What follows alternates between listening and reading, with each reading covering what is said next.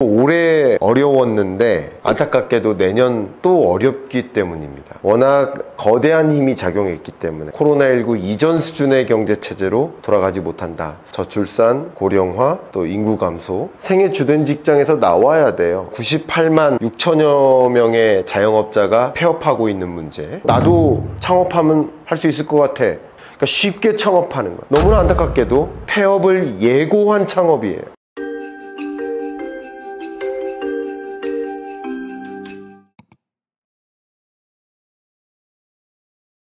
2025년의 한국 경제는 어떻게 전망하시나요?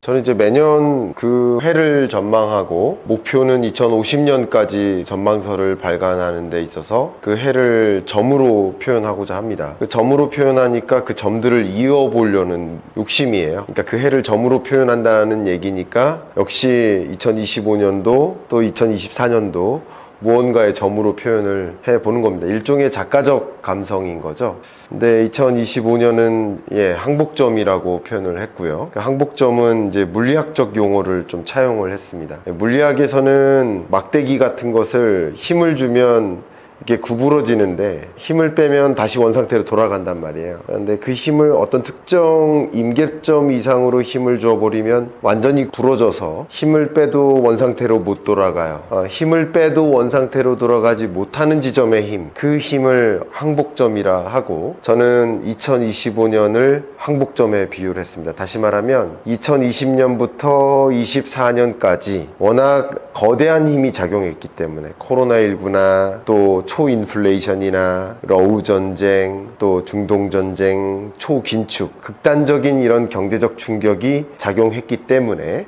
항복점만큼의 힘이 작용했기 때문에 코로나19 이전 수준의 경제체제로 돌아가지 못한다. 정리를 한다면 코로나19 이전 단계의 세계 경제 성장률이 3.7%였다면 그 이후의 경제 성장률 레벨은 3.3, 3.2, 3.3%, 저성장 고착화되는 것. 역시 한국 경제도 마찬가지입니다. 그 전 단계의 한국 경제 성장률이 약 한 2.567% 정도 유지됐었다고 한다면 이제 2% 수준을 밑도는 수준. 2023년 성장률 1.4%, 올해는 기저효과가 발생해서 나름 2%대를 유지했지만 다시 25년에는 1%대로 내려오는 저성장 고착화의 흐름, 이렇게 저는 전망을 하고 있습니다. 현재 한국 경제의 가장 큰 문제는 무엇일까요? 한국 경제 생각해 봤을 때 나름 견실하다라고 평가될 만한 부분들도 물론 있겠지만 특히 우리가 우려해야 될 약한 골이라고 할 만한 부분들도 분명히 있습니다. 근데 구조적인 숙제들도 있고요. 해결할 수 있을 법한 숙제들도 분명 있는 거예요. 근데 그 구조적인 숙제라고 한다면 인구 구조적인 변화, 저출산, 고령화, 또 인구 감소. 이거는 사실 대응하기가 어려운 구조적인 숙제에 해당되죠.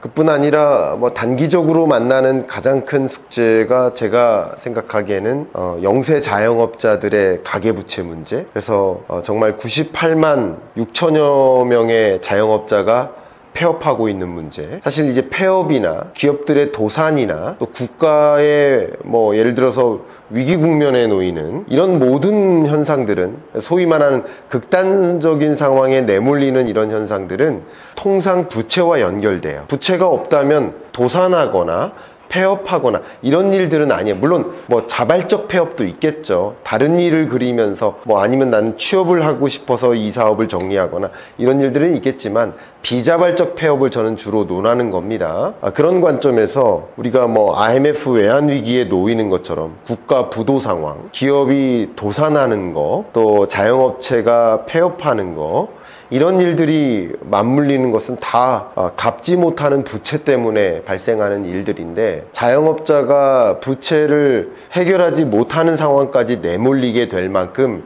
그만큼 내수 경기가 부진한 상황이고, 그리고 2020년, 21년 워낙 코로나19의 대봉쇄 조치로 매출액이 뒷받침되지 못하다가 22년, 23년 엄청난 고물가로 전기요금, 가스요금, 그리고 원자재값, 인건비 다 올랐단 말이에요. 그런데 또 역시 임금 근로자들의 실질 임금이 들지 않으니까 이것저것 줄여야 돼요. 그럼 뭐를 줄일까요? 외식 소비를 줄여요. 외식 소비를 줄이다 보니까 2,700만 취업자 중에 2,100만에 달하는 임금 근로자들이 외식 소비를 줄이니까 약 650만에 달하는 자영업자들의 매출이 감소합니다. 그게 결국 매출은 감소하고 비용은 늘어나니까 상대적으로 이 자영업자들은 이미 부채는 늘고 매출은 주니까 이 자영업자들의 이 생태계를 유지하기 위한 추가적인 부채, 운영자금 마련을 위한 추가적인 부채에 의존을 하고, 그러니까 계속 부채를 가지고 유지를 하다 보니까 자영업자, 특히 영세 자영업자, 취약차주라고 합니다. 취약차주가 2중, 3중, 다중채무자가 됩니다.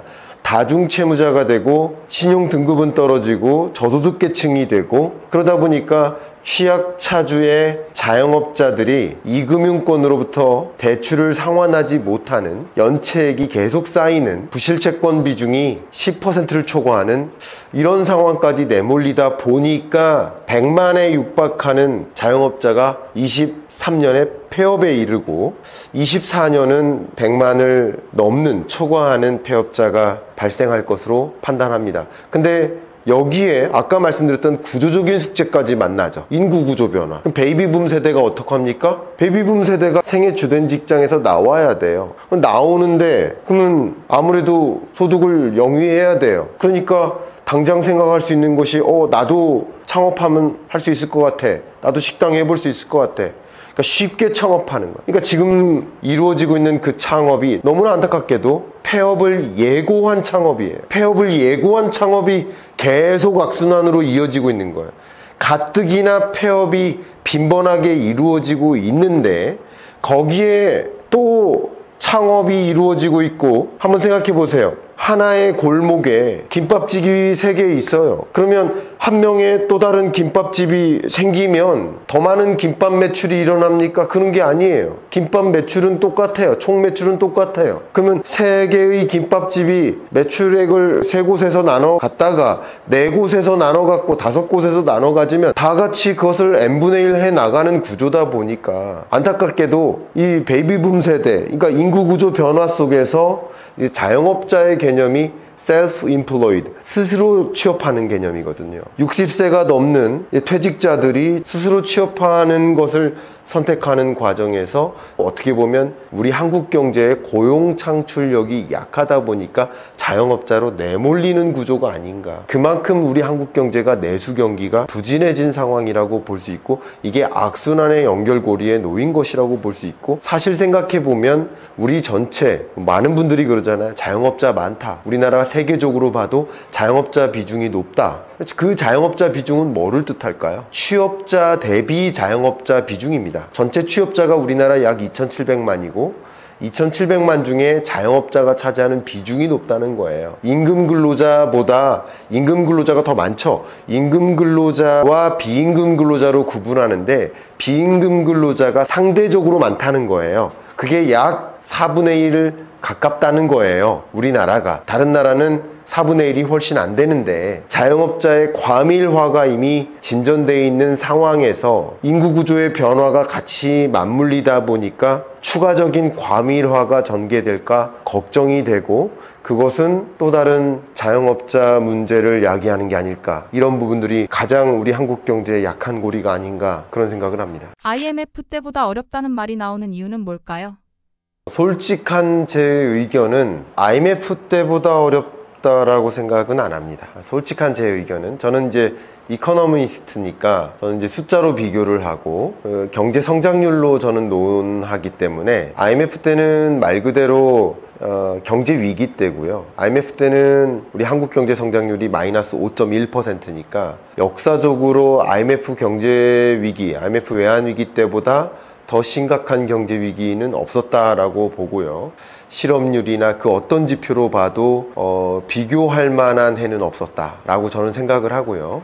그리고 지금 2024년 경제는 그래도 2.4% 수준의 2% 수준의 성장률을 유지하니까 그만큼 어려운 것은 아니다라고 생각을 합니다. 다만 왜 이렇게 어렵다라고 하느냐, 이해는 갑니다. 제가 여기 책이 보이시는지 모르겠습니다만, 제가 여기를 마치 보이니까 전년서를 제가 읽어드릴게요.